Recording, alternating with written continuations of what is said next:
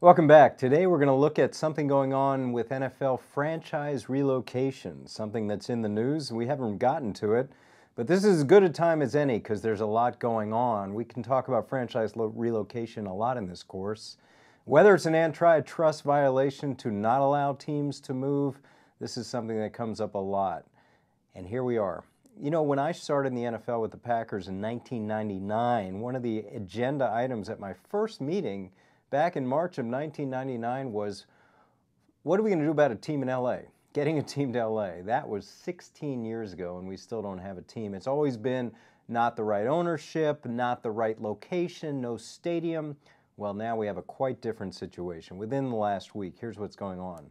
Stan Kroenke, the owner of the St. Louis Rams, a year ago bought a piece of land in Inglewood, California. Didn't get much notice at the time, but of course he had something else in mind.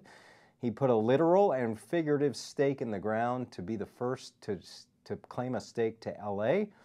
And just last week, the owners of the San Diego Chargers, Dean Spanos, and the owner of the Oakland Raiders, Mark Davis, they collaborated, they joined forces in presenting a stadium proposal in Carson, California. What's interesting is back in the day, the NFL rejected Carson, California as a potential site, but obviously this could be a different site or much improved since back then.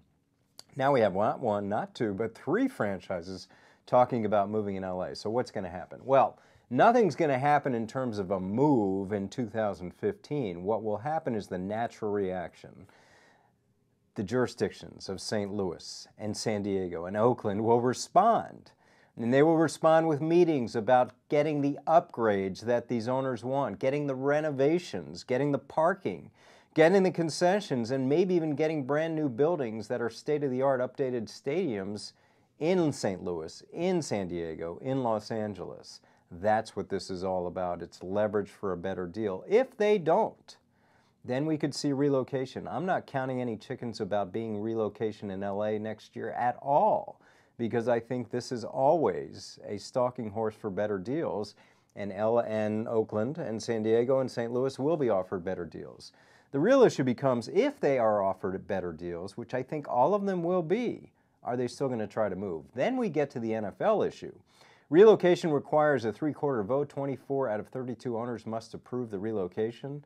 The question becomes, even if St. Louis and Oakland and San Diego, or one or all of them, step up with improvements. We've already seen some of that from St. Louis and some of that from San Diego right after San Diego announced this new stadium deal.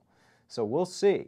But if they do step up, if they don't, we could have relocation. If they do, which I really think they will we still have relocation? Will the owners bring it to a vote for the NFL to approve a move to LA from a jurisdiction that has stepped up with improvements? It's not going to be taxpayer money. It's going to be public municipal money coming to do this. That's going to be the interesting case here, because then we get to the issue of, well, don't home teams get the benefit of the doubt, especially if they come up to speed? Maybe not with the ultimate state-of-the-art stadium, but with a lot of public funding. It's happened in Minnesota. It's happened in Jacksonville. It's happened in Buffalo. We'll see if it's going to happen in St. Louis, Oakland, and San Diego. Something to watch, and whether these owners are really going to make a big deal of moving. And even if, so say, here's another if they step up, but the owner decides to take a vote anyway, the vote does not pass, in other words, the owners are saying stay where you are, then still does the ownership try to move? Back in the day, Al Davis sued the NFL for not allowing him to move. With that 24 vote, he won and was able to move to California, to Los Angeles, from Oakland to Los Angeles.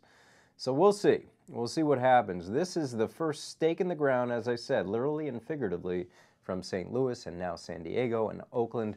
We could have 3 teams in LA next year. My sense is we'll probably have 0, but a lot can happen between now and then. That's your weekly update. We'll be back next week and portray the start of free agency in football, which is obviously a big thing for player rights that has been fought for over the years. See you next week. That's all for this week. I'm Andrew Brandt.